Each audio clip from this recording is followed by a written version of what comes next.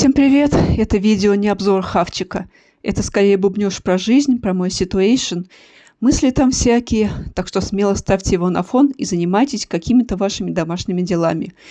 Я всегда так делаю. Нахожу какой-то разговорный видос на ютубе, когда мне надо мыть полы или посуду, и включаю в наушниках, особенно не вслушиваясь, что говорят. В общем, началась весна, и у меня, как и у многих соотечественников, начал подтекать крышняк. Как говорит моя мамулечка, состояние какой-то растерянности и ощущение, будто ты не в своей тарелке.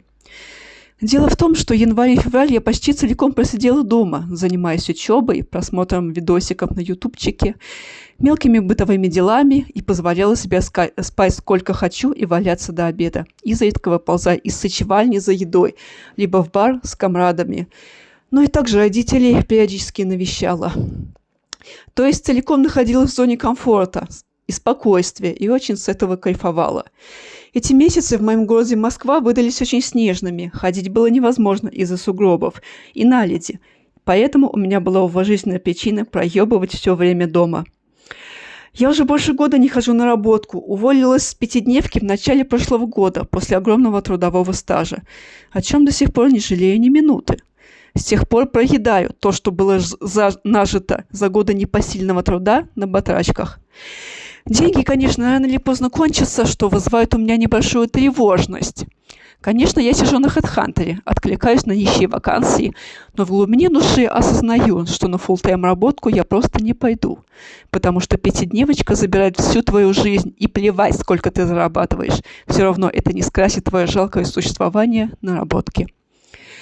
Я была бы не против пойти куда-нибудь на полставки, но полставочники сейчас никому не нужны. Нужны сотрудники, готовые жить наработки и вкалывать за пятерых, за убогий прайс. Конечно, я нашла нищую подработку для поддержания штанов, но об этом как-нибудь расскажу позже. А пока я учусь на фронтенд-разработчика, изучил уже синтаксис языка программирования JavaScript, сейчас разбираю продвинутый уровень CSS с переменным успехом и в теории планирую вкатиться во фриланс.